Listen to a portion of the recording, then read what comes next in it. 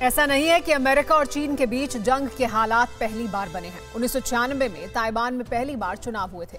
तब चीन ने ताइवान को धमकी दी तो अमेरिका ने अपने युद्धपोत से चीन को खामोश कर दिया था। लेकिन रूस को अमेरिका कैसे खामोश करेगा, क्योंकि बेलारूस के सहारे पुतिन ने यूरोप और अमेरिका को सीधी चुनौती दे दी है।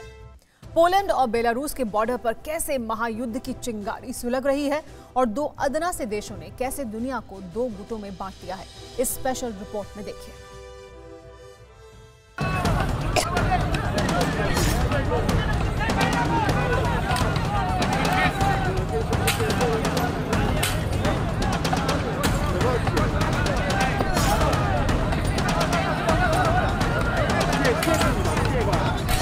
Attention, the police report. Illegal border crossing is forbidden. You will face criminal charges. Poland और बेलारूस के इन्हीं घने जंगलों के बीच से गुजरती सरहद ने यूरोप के ताकतवर मुल्कों को दो धड़ों में बांट दिया है।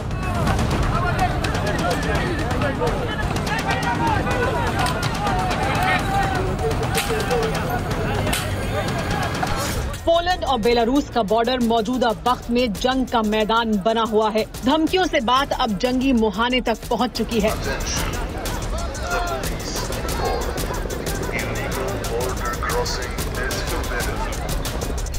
बेलारूस के समर्थन में पुतिन खुलकर सामने आ चुके हैं, तो दूसरी तरफ यूरोपीय देशों ने पोलैंड के पाले में मोर्चा खोल लिया है। मसला क्या है, पहले ये समझना होगा। पोलैंड बेलारूस के बॉर्डर पर 2 महीने से हजारों शरणार्थी जमा हैं। ये रेफ्यूजी अरब देशों के अलावा सीरिया, यमन और लीबिया से पहुंचे हैं।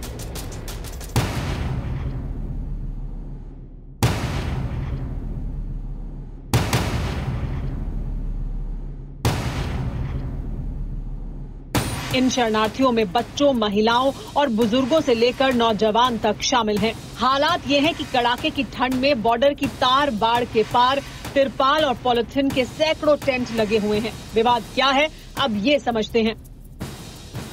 पोलैंड का आरोप है कि बेलारूस शरणार्थियों की घुसपैठ करा रहा है। अगस्त से 30,000 से ज्यादा लोग पोलैंड सीमा पर पकड़े गए हैं। बेलारूस इन प्रवासियों को आसान वीजा दे रहा है। पोलैंड सीमा तक प्रवासियों को फ्लाइट से भी भेज रहा है। ये घुसपैठ पुतिन के करीबियों के इशारे पर की जा रही है।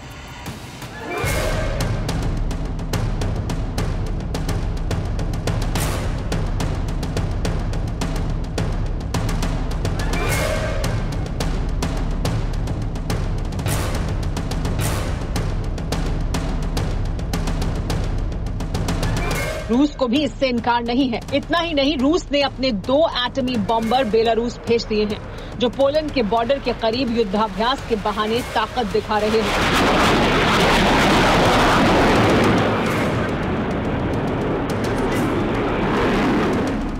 अब सवाल यह है कि रूस क्यों बेलारूस का साथ दे रहा है। पोलैंड यूरोपीय यूनियन का सदस्य है, बेलारूस नहीं है।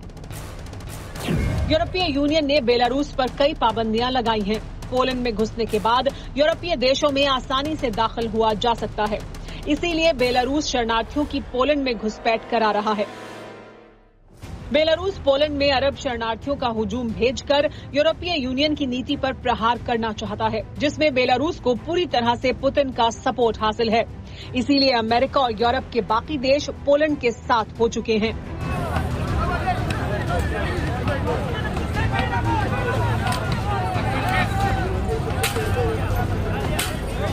रूस ना तो नाटो ना ही यूरोपियन यूनियन का हिस्सा है। पुतिन के टारगेट पर इस वक्त यूरोप कम, अमेरिका ज्यादा है। इसकी वजह क्या है, वो भी समझिए।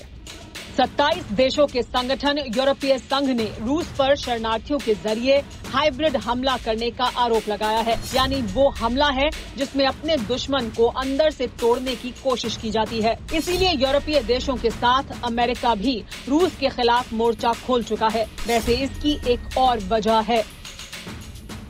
रूस के खिलाफ पोलैंड अमेरिका का सहयोगी देश है। 2020 से पोलैंड में अमेरिका की सेना तैनात रहती है। रूस से लगते बाल्टिक सी में भी अमेरिकी नेवी तैनात रहती है।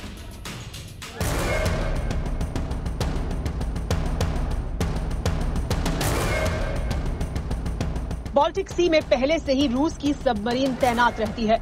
रूस ने सबसे ताकतवर ऑस्कर सीरीज की सबमरीन को बैलिस्टिक सागर में उतारा है। इसीलिए रूस अमेरिका से चिढ़ा हुआ है। पुतिन को लगता है कि बाइडेन का फैसला उनकी सरहदों को घेरने के लिए लिया है और रूस को ये गवारा नहीं है कि कोई भी उसके मुल्क की सरहदों की तरफ आंख उठाकर देखे। इसीलिए रूस ने बेलारूस के सहारे यूरोप और अमेरिका से सीधी टक्कर मोल ले ली है। रूस जहां बेलारूस के समर्थन में खुलकर आ चुका है, तो दूसरी ओर यूक्रेन के बॉर्डर पर अपनी फौज तैनात कर दी है।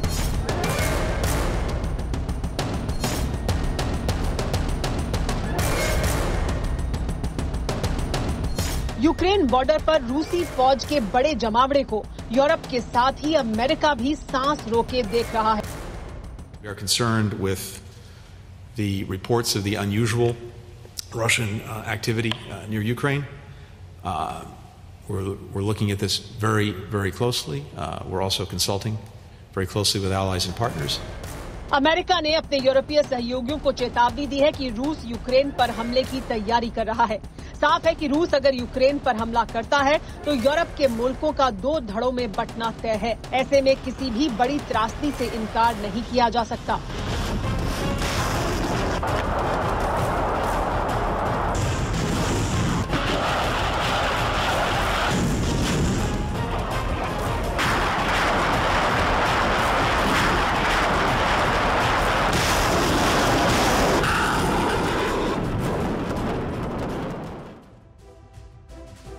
बेलारूस के राष्ट्रपति लुकाशेंको खुद को यूरोप का आखिरी तानाशाह कहते हैं।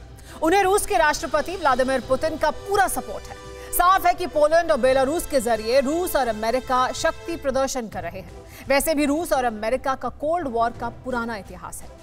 अड़ी सोमवार से शुक्रवार शाम 6 बजे सिर्फ TV9 भारतवर्ष पर। देश बनता है अपने नागरिकों से, ऐसे नागरिक जो अधिकार के साथ कर्तव्य पर भी ध्यान दे, जो सच्चाई का आदर करे लेकिन असत्य से लड़ना भी सीखे, जो सिर्फ जानकार न बने बल्कि जागरूक भी रहे।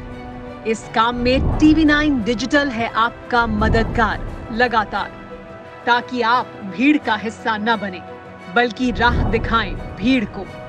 देखते रहिए TV9 डिजिटल।